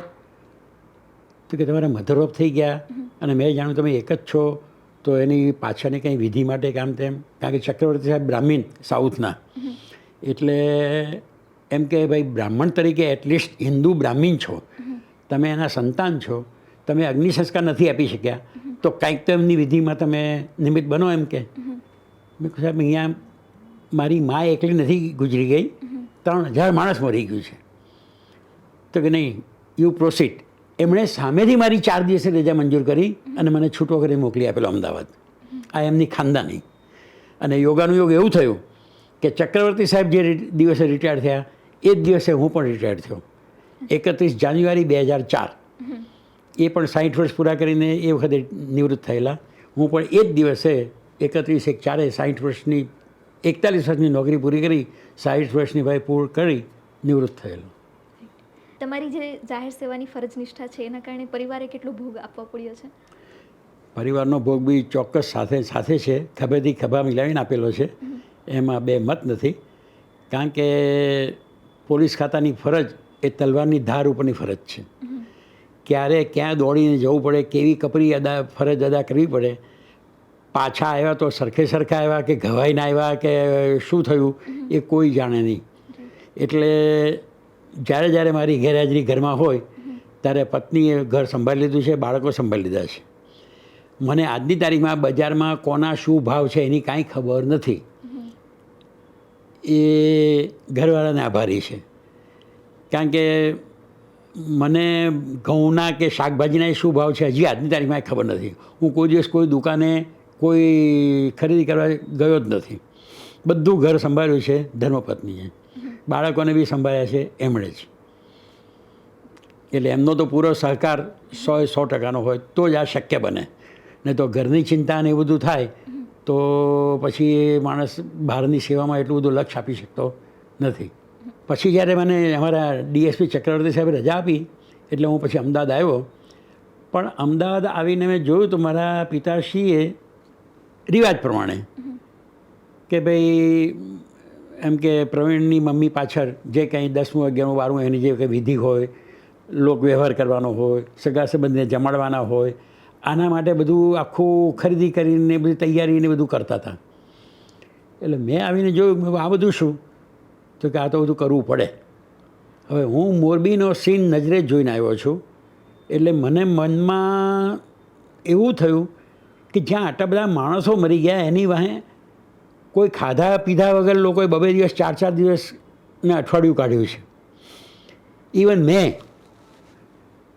12મીએ હું પાછો આવ્યો અને પછી 16મી કે 15મીએ કંઈક જન્માષ્ટમી હતી, તો એ 3 કે 4 દિવસ મેં શું ખાધું તો મને ખબર જ નથી. પાણી પીધું હશે ક્યાંક, બાકી 4 દિવસના ઉપવાસ તો મારે થયેલા હતા. અને એટલા માટે જ મેં મોરબીમાં ત્યાં સ્વામિનારાયણ મંદિર હતું, તો સ્વામિનારાયણના સંતો, તમને ખ્યાલ હોય તો સ્વામિનારાયણ સંસ્થા એક એવી છે કે કોઈ બી આપતકાળ આવે કુદરતી કે કોઈ પણ સંજોગોના, ત્યારે પ્રજાની મદદમાં દોડી જવું, એને ફૂડ સપ્લાય કરવું કે એને જે બી જરૂરિયાત હોય, દવા હોય, જે બી હોય સાધન સામગ્રી, એ તરત જ પહોંચતી કરવી. તો મેં મોરબી મંદિરના જે કંઈ મહંત હતા એમને કીધું કે જો તમે પહોંચી વળતા હો તો આ બહારથી જે ફોર્સ આવ્યો છે એ તો ઠીક છે, પણ પ્રજા બિચારી ભૂખી મરે છે 4 દિવસથી હું જોઈ રહ્યો છું, તો આપણે એક જનરલ રસોડું ચાલુ કરી દઈએ. તો સામે જૈન દેરાસર હતું, મેં એમના ત્યાં બી જોયેલું, ઘણો બધા સામાન, સીધું સામાન બધું સામગ્રીઓ આવતી હતી. એટલે મેં એમનો સંપર્ક કર્યો. મેં કહ્યું તમે પહોંચી નહીં વળો આવી રીતે જાહેર રસોડા માટે, એ અમારા સ્વામિનારાયણવાળા પહોંચી વળશે, તો જો તમે એગ્રી થતા હો તો તમારી એ બધી સામગ્રી આ સ્વામિનારાયણ મંદિરમાં આપો, અહીંયા એક જાહેર રસોડું અમે ખોલાવવા માગીએ છીએ. લાશોને બાળવા માટે લાકડા બહારથી આવતા હતા, એ બી મેં કહું લાશ આજે બરે કે કાલે બરે એનો કંઈ ફરક નથી પડવાનો. તો એવામાં એના લાકડા આ બાજુ ડાયવર્ટ કર્યા. પાણીના જે બધા ટેન્કરો આવતા હતા એમાંની 1-2 ટેન્કરો આ બાજુ ડાયવર્ટ કરી, અને એમ કરીને 3 કે 4થે દિવસે કદાચ મેં સ્વામિનારાયણ મંદિરમાં જાહેર રસોડું ખોલાવડાવ્યું, જેમાં અબાલ વૃદ્ધ, હરિજન હોય, મુસ્લિમ હોય કે કોઈ પણ ઇતર જ્ઞાતિનો, મોરબીમાં જેને જીવન જરૂરિયાત, ખાવાની જેને જરૂરિયાત હોય એ તરત આ રસોડે આવીને જમી શકે એવું મેં બધે જાહેરાત કરાવી દીધી, અને એવી રીતે જાહેર રસોડું ખોલાયેલું. હવે આવા સંજોગો બધા હું જે જોઈને આવ્યો હતો, અને અહીંયા બાપુજી રીત રિવાજ પ્રમાણે કે આપણે આ કરવું પડે તો મને જરા મનમાં ખેદ થયો, દુઃખ થયું. એટલે મેં પિતાશ્રીને વિનંતી કરી કે આપે આ જે કર્યું છે એ મને ગમ્યું નથી. તમારી ઈચ્છા હોય તો મોરબીમાં ઘણી બધી રાહતો આવે છે, છેક મદ્રાસ ને કલકત્તા ને મુંબઈ ને આ બાજુ ઉત્તર ભારતને બધેથી. તો મારે પણ આપણા કાલુપુર મંદિરથી બી આ બધું જાય છે જ, તો હું ત્યાં જમા કરાવી આવું. એટલે એમણે બી સમજીને વિચારીને કીધું કે વાત સાચી છે, આમ તો આપણે ખોટી દેખાદેખીમાં આ કરવું પડે, પણ જો તારી આ સમજ બરાબર ઉચિત છે, તું આ કરી શકે છે. તો મેં તરત જ એ બધું એકઠું કરેલું અનાજ કે જે કંઈ બી સામગ્રી હતી એ બધી કાલુપુર મંદિરમાં જમા કરાવી અને ત્યાંથી મોરબી હોનારતના જે ભોગ બનેલા હતા એની મદદમાં પહોંચાડેલી. પપ્પાની સામે આના માટે બી એક છે કે હું મને કે મારી સોસાયટીમાં જ્યાં રહું છું ને ત્યાં લોકોએ મને એક વખત એવું કીધું કે સાહેબ તમે જેમ પોલીસ ઓફિસર છો એ વખત હું ઇન્સ્પેક્ટર હતો, તો કે આ તમારા પપ્પા આર્મીમાં હતા? કારણ કે એ તો મારાથી ડબલ, હું પરશુરામ તો દુર્વાસા હતા સ્વભાવમાં. એટલે અને પર્ટિક્યુલર એટલા બધા કે એમની સાયકલ અથવા તો પાછળની અવસ્થામાં એમને લ્યુના અપાવેલું, તો લ્યુના એ જ્યાં મૂકે જે રીતે મૂકે એમાં સહેજ ઇંચ માત્રનો ફરક ના હોય. ઘરમાં પણ વ્યવસ્થિત કે લાઇટ ગઈ હોય તો એ શોધી શકે કે મેં મારો દાંતીઓ અહીંયા મૂક્યો છે અથવા તો મારા ચંપલ અહીંયા પડ્યા છે. એટલા પર્ટિક્યુલર, એટલા શિસ્તવાળા. અને એમનો હું દીકરો એમના હાથે કેળવાયેલો, એટલે મારામાં બી સહેજે ઉતરું જ હોય. એટલે હું બી આજે એવો ખરો કે જે ઘરમાં જે કંઈ ચીજ વસ્તુ છે એ જે તે ઠેકાણે જ હોવી જોઈએ. એમાં સહેજ પણ આગું પાછું હોય એ સામાન્ય સ્વભાવગત. પછી આજની પ્રજા અને આજના સંજોગો એને ચલાવેલી વસ્તુ જુદી છે, પણ શિષ્ટાચાર એ તો લોહીમાં છે. એટલે એમાં બાંધછોડ કરવી મને તકલીફ પડે છે જરા થોડી. હું નાનો હતો ને ત્યારે પિતાશ્રી, અમે સારંગપુર એરિયામાં રહેતા હતા, તો માધવબાગ જે સારંગપુર દરવાજા બહાર, અત્યારે તો આખો નકશો બદલાઈ ગયેલો છે. હું મારા 8 વર્ષની ઉંમરની વાત કરું છું. આજે મને 81 થયા છે, એટલે 72 વર્ષ પહેલાંની વાત છે. એ વખતે આખું સર્કલ જુદું હતું, પેલો બાગ સામે હતો, બધું આખું વાહન વ્યવહાર બહુ પાંખી હાજરીવાળો, અત્યારના જેટલું નહીં. તો સાંજે જમ્યા પછી એ ગાર્ડન તરફ લઈ જાય, સર્કલ ઉપર બેસીએ, એટલે મને એમ થાય કે વાહ, બાપુજી આપણને બહાર ફરવા લઈ જાય છે. પણ એ ત્યાં લઈ જઈને પછી ધીમે એને શરૂઆત કરે, ચાલો પલાખા બોલો. પલાખા એટલે આંખ. એકથી શરૂ કરી. પણ જો કે આજે એમનો હું ઘણો આભારી છું. એમણે જે મને કેળવણી આપી છે ને એ આજની તારીખમાં આજના મા બાપ આપી શકતા જ નથી. એટલો એમને સમય નથી કે દુર્લક્ષ્ય સેવે છે કે શું છે એ ખબર નથી આજના સંજોગો. પણ એ વખતે મને તરત આંખ બોલાવે અને એમણે મને આંખ ક્યાં સુધી એને શીખવાડેલા ખબર છે? તમે કદાચ સાંભળ્યું નહીં હોય. 1 થી 10 પછી એમ કરતાં 11, 21, 31, પછી પા, અડધો, પોણો, હવા, દોઢો, 3:30નું ઉઠું કહેવાય, 7:30નો પા કહેવાય. આ તમે કદાચ અત્યારે પહેલી વખત જિંદગીમાં સાંભળી રહ્યા છો. આ 7:30ના પા સુધીના આંખ મને શીખવાડેલા હતા.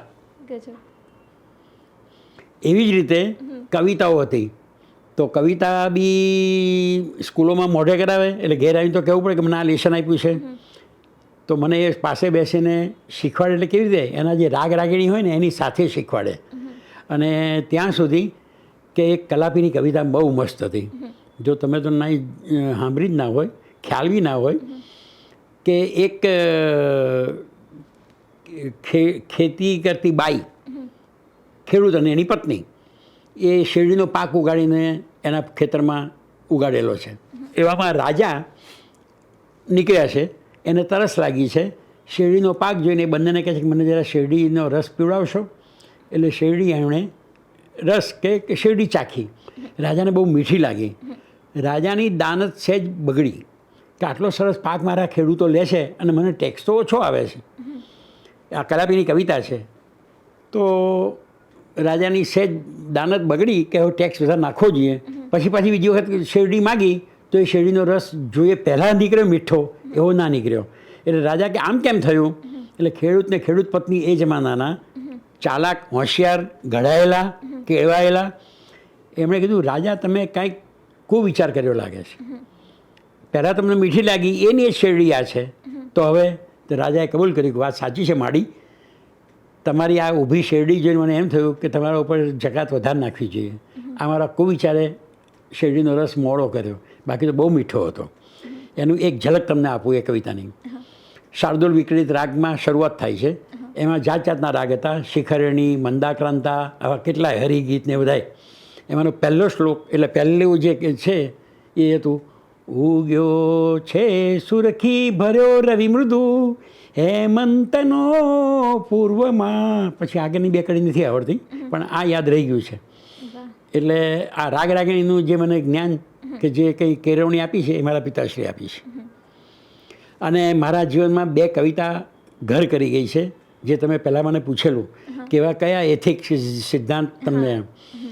તો પહેલું તો સત્ય માટેનો મારો આગ્રહ, એના માટેની કવિતા. અસત્યો માહેથી પ્રભુ પરમ સત્યે તું લઈ જા, ઊંડા અંધારેથી પ્રભુ પરમ તેજે તું લઈ જા.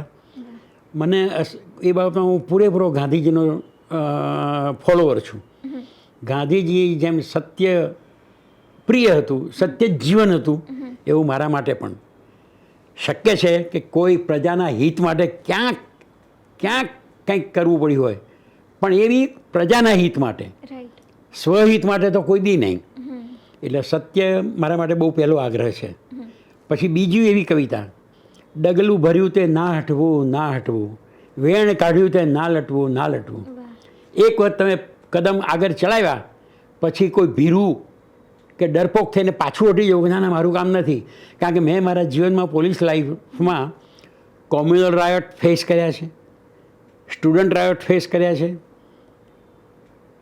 મિલ લેબરના રાયોટ્સ. એ વખતે મિલો ચાલતી હતી બહુ જબરજસ્ત અમદાવાદમાં, અને એ લેબર યુનિયનો બહુ મજૂર મહાજન એ બધા બહુ જોરદાર હતા.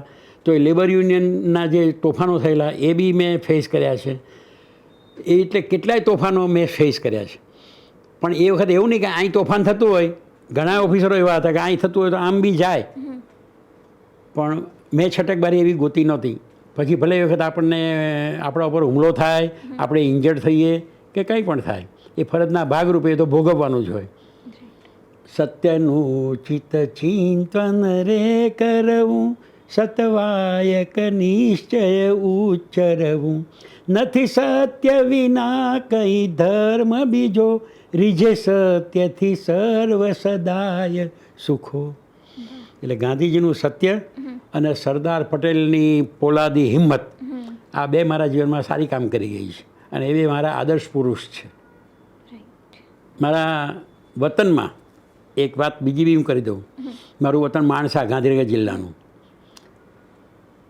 એ માણસામાં દરબારોની વસ્તી ખાસ છે, ક્ષત્રિયો બધા.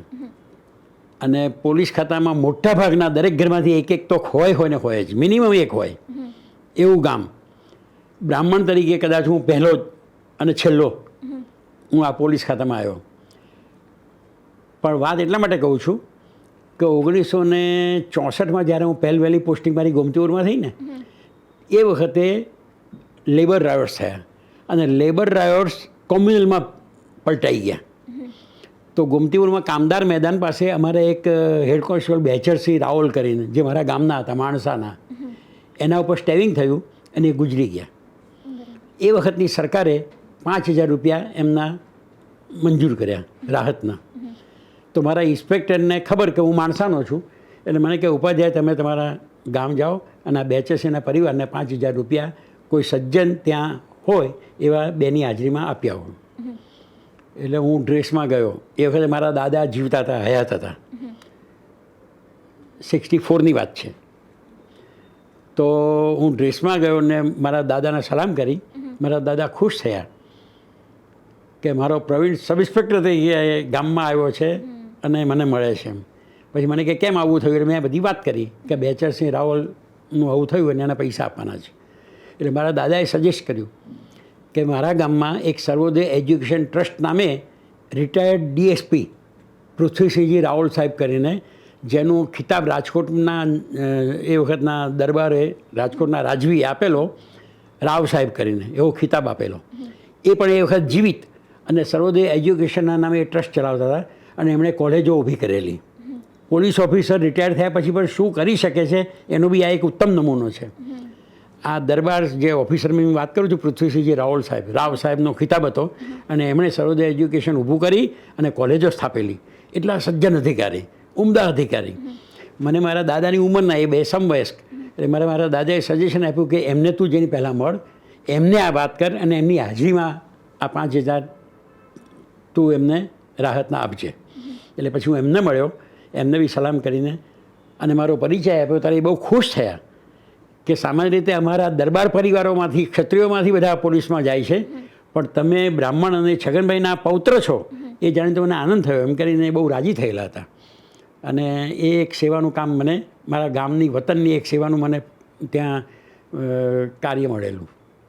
હમણાં રિટાયર થયા પછી પણ મેં સોસાયટીનો થોડો વહીવટ સંભાળ્યો, ત્યારે પણ મેં આવું એક કર્યું, કાર્યવાહી કરી હતી કે જેણે ખોટું કર્યું હતું એની સામે જ્યાં ત્યાં રજૂઆત મેં જે તે જગ્યાએ કરી અને એના ખોટા કાર્યોને મેં રોકાયા હતા.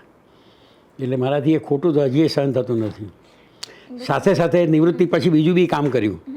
જે ધર્મના સંસ્કાર મારામાં પડેલા હતા એ મને સેવા કરવાનો બહુ મોકો આપ્યો. બોપલમાં મારા નિવૃત્તિ પછી હું બોપલ રહેવા ગયો અને બોપલમાં સ્વામિનારાયણનું મંદિર નવું થયું. તો શરૂઆતમાં સંતો ત્યાં નહોતા સેવામાં, તો લગભગ મેં 2-1 વર્ષ સુધી સ્વામિનારાયણ મંદિરની એઝ અ પૂજારી સેવા કરી છે. સવારે વહેલા જવું, પ્રભુને આખું એનું જે કંઈ ક્રિયા હોય જગાડવાના, એમને બધી આખી આરતી કરવાની, કથા કરવાની, કીર્તન ભક્તિ કરવાની, આ બધું બપોરે પહોંચાડવાના, વળી પાછા 4 વાગે જઈને જગાડવાના અને રાત્રે પહોંચાડીને પાછું ઘેર જવાનું. મેં આખો દિવસ હું મંદિરમાં રહેતો હતો. અને ત્યારે તમારા જેવા કોઈક જાણે કે ભાઈ આ તો કોઈ રિટાયર્ડ આઈપીએસ ઓફિસર છે અને આ સેવા કરે છે, તો મને એવું અમે પૂછે કે ભાઈ સાહેબ તમે આમ હતા? એટલે હું કહું હા. તો કે તોય તમે આ કરો છો ને આવું કરી શકો છો?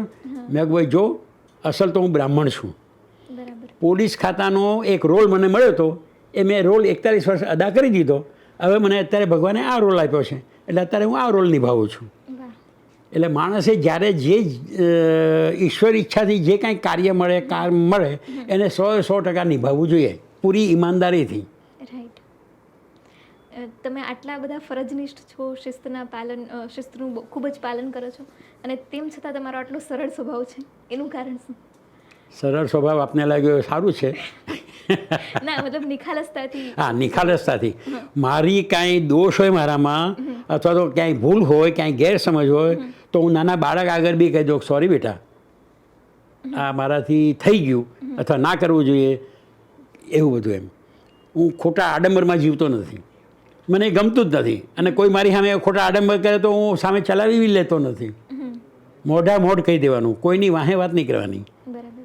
પ્રજા સાથે તો તમારી સેવાની નિષ્ઠા હતી જ, પણ સ્ટાફ સાથે તમારો કેવો વ્યવહાર રહ્યો હતો? આ એક બહુ સારો સવાલ છે, કારણ કે સ્ટાફ છે ને એ અમારા હાથપગ ગણાય. સાચા અને ઉમદા પોલીસ ઓફિસરો હંમેશા સ્ટાફને એક પરિવાર ગણતા હોય છે કે આ અમારા હાથપગ છે, એના થકી અમે જે કંઈ કાર્ય કરીએ છીએ એકલા હાથે કાંઈ થતું નથી. સાથથી હાથ બળાના સાથથી રે, એમ સાથીદારો હોય મોર પીછાથી શોભે છે. બરાબર છે ને? એવી રીતે મારો સ્ટાફ, હા મારા સ્ટાફે મારો દમ બી બહુ ખાધો છે. દમ એટલે જે એમણે કરવું જોઈતું હોય ના કર્યું હોય, વહેલા મોડા થયા હોય, આવું કંઈ હોય તો એમને હું બરાબરનો ઝાટકણી બી કાઢતો હતો. પણ સાથે સાથે ક્યાંય અમે નાસ્તા પાણી કરતા હોઈએ, ક્યાંક કંઈક બીજી ઉજવણી ચાલતી હોય તો સ્ટાફને પહેલાં જમાડીને હું જમું કે હું પીવું કે ખાવું પીવું એવું હોય. અને મારા સ્ટાફને હંમેશા જ્યારે અમારા પોલીસ ડિપાર્ટમેન્ટમાં એવું છે કે પોલીસ સ્ટેશનના ઇન્ચાર્જ તરીકે હોઈએ ને ત્યારે રાત્રે 8 વાગે રોલ કોલ લેવાનો. રોલ કોલ એટલે દરેક પોલીસની હાજરી બધાને ભેગા કરીને એમની હાજરી પૂરવાની, એમની કામની નાઇટની વહેંચણી કરવાની, દિવસ દરમિયાન એમણે શું કર્યું એની કાર્યવાહીની નોંધ લેવાની, આવું બધું કામ કરવાનું. ઉપરાંત જ્યારે ડીએસપી તરીકે હતો તો આખા જિલ્લાના જે હોય ત્યારે એ વખતે જેવા જેવા પ્રસંગો હોય એ પ્રમાણે માણસો એકઠા કરીએ અને એને દરબાર કહેવાય. 12 મહિનામાં એક વખત આવી તો દરબાર ભરવો પડે. એટલે આખા જિલ્લાના નાના મોટા બધા અધિકારી ભેગા કરવાના, એમના પ્રશ્નો મારે સાંભળવાના, એમની મારા લેવલે જે કંઈ નિકાલ થતો એ કરવાનો. સરકાર કે હાયર ઓફિસરોનો હોય તો એમનું ધ્યાન દોરીને નિકાલ કરાવવાનો. આ બધી એક પદ્ધતિ હોય છે ખાતાની. તો મારો એક મુદ્રાલેખ હતો કે આપણે સંત રહી શકતા નથી, પણ શૈતાન નહીં થવું એની કાળજી હંમેશા રાખવી. આ મારો એક ડાયલોગ ખાસ હતો પોલીસો માટે ને મારા સબોર્ડિનેટ માટે, કે આપણે સંત તો રહી શકતા નથી, પણ શૈતાન ના થઈએ એની કાળજી રાખવી. ઘણાને એવું હોય છે કે ખાખી પહેર્યા એટલે જાણે આપણું રાજ આવી ગયું, આપણે ધારીએ તે કરી શકીએ, પણ એવું નથી હોતું. ખાખી સેવા માટે છે. ખાખી કોઈને દમ મારવા માટે કે જોર જુલમ કરવા માટે ખાખી ડ્રેસ નથી આપ્યો સરકારે.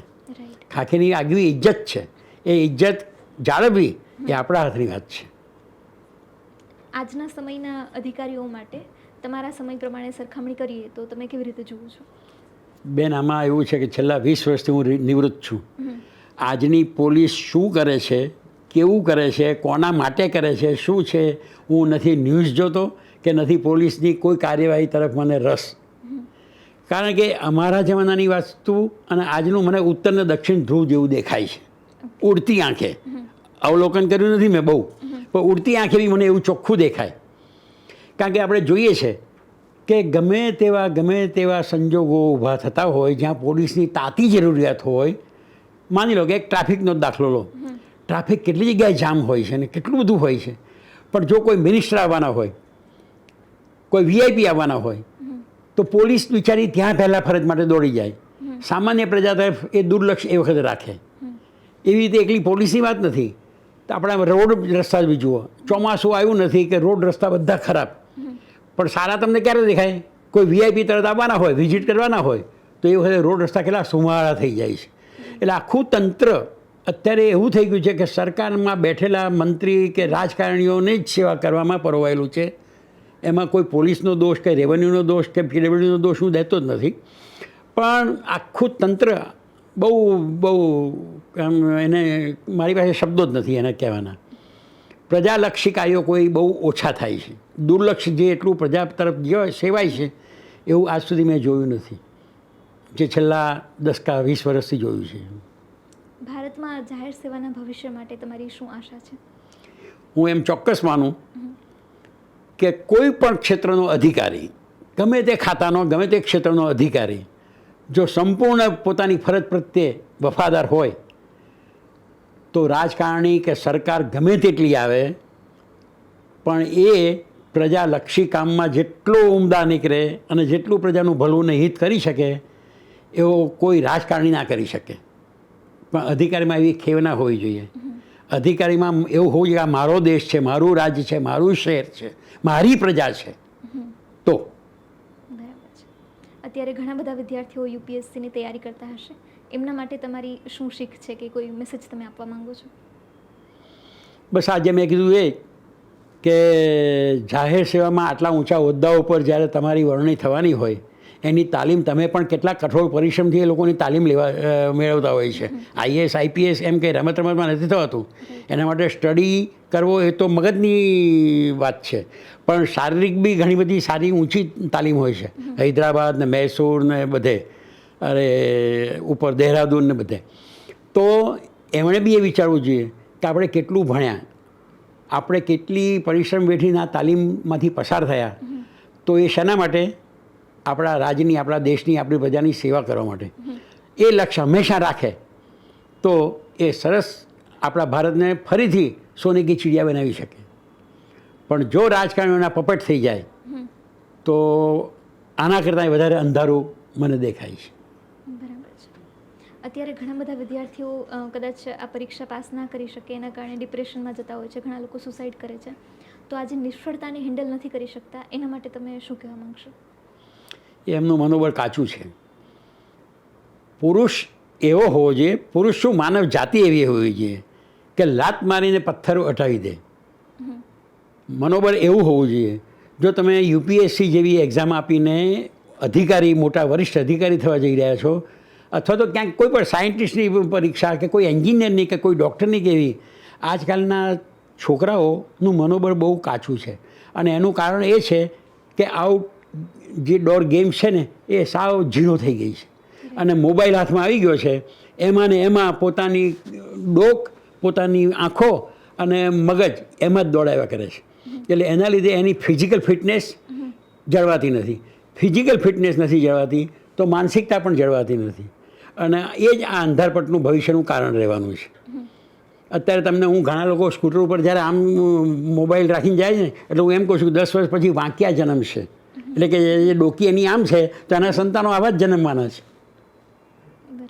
એટલે જ્યાં સુધી આ મનોબળ નહીં બરાબર કરે, ફિઝિકલ ફિટનેસ નહીં જાળવે, ત્યાં સુધી પડોશી બી કોઈક નવાલો છે એ તમને મારી જવાનો છે. એટલે આત્મરક્ષણ તો પોતાનું કરવું જ જોઈએ. જે પોતે આપઘાત કરી નાખે એવા કેન્ડિડેટ હોય એ પ્રજાને શું બચાવવાના, કે પ્રજાની શું સેવા કરવાના છે? પછી એ ડૉક્ટર બનવાના હોય, એન્જિનિયર હોય, સાયન્ટિસ્ટ હોય કે આઈએએસ આઈપીએસ હોય. આટલી ઉંમરે પણ તમારા ચહેરા ઉપર જે તેજ દેખાઈ રહ્યું છે, જે ઉર્જા છે તમારી અંદર, એનું કારણ શું છે? એનું કારણ નિયમિત જીવન. હું સવારમાં આટલા વાગે ઉઠવાનું એટલે ઉઠવાનું જ. અને નો ડાઉટ મને પણ બ્લડ પ્રેશર છે, ડાયાબિટીસ બી કોરોના પછી થોડું આવ્યું છે, આંખનું બી મેં ઝામરનું ઓપરેશન કરાવેલું છે, પણ હું અંદરથી ભાંગ્યો નથી. આ શરીર છે, શરીરના ગુણધર્મો એની ઉંમરના પ્રમાણમાં જે થવાના હોય એ થવાના જ છે. આપણે આપણા દાદાના, કાકાના, બાપાના બધા જોતા આવ્યા છે. એમને બી કંઈક ને કંઈક થયું હતું, એમ મને બી થાય. પણ એના લીધે કંઈ લાકડી લઈને બેસી રહેવું કે ખૂણો પાડવો એ આપણો ધર્મ નથી. આ એક જ સિદ્ધાંત, જીવો છો ત્યાં સુધી બરાબર જીવી જાણો. માય કાંગલાપણું તો સહેજ બી મને ગમતું નથી. અત્યારના આપણા દેખતા 20 વર્ષ કે 25 વર્ષનો છોકરો સોફા ઉપર આમ પગ લાંબા કરીને કે ટેબલ ઉપર પગ લાંબા કરે તો મને માથામાં ઘા વાગે છે કે હું 80 વર્ષે હજી આમ ટટ્ટર બેઠો છું ને તું આમ પગ લાંબા કરીને કે થતો તરત સૂઈ જાય છે. એ કેવું? એટલે આવું બધું મને ગમતું નથી. એટલે જે શિસ્તના આગ્રહી છે, જે સ્વાસ્થ્યનો આગ્રહ, પહેલું સુખ તે જાતે ન રહ્યા. બરાબર છે? આ 81 વર્ષે બી હું આવો તાજો તરો દેખાઉં છું એનું કારણ જ આ છે. વિલ પાવર, અંદરનો વિલ પાવર છે મજબૂત છે. તમારી પાસેથી આજે ઘણું બધું જાણવા મળ્યું અને હજુ એવું લાગે છે કે તમારા પાસેથી જીવનના ઘણા બધા પાઠ શીખવાના છે, ઘણું બધું જાણવાનું છે. તો હવે જો તમે ફરીથી તક આપશો તો આપણે ફરીથી એ ગોઠવીશું. એ તમારો ખૂબ ખૂબ આભાર. Thank you.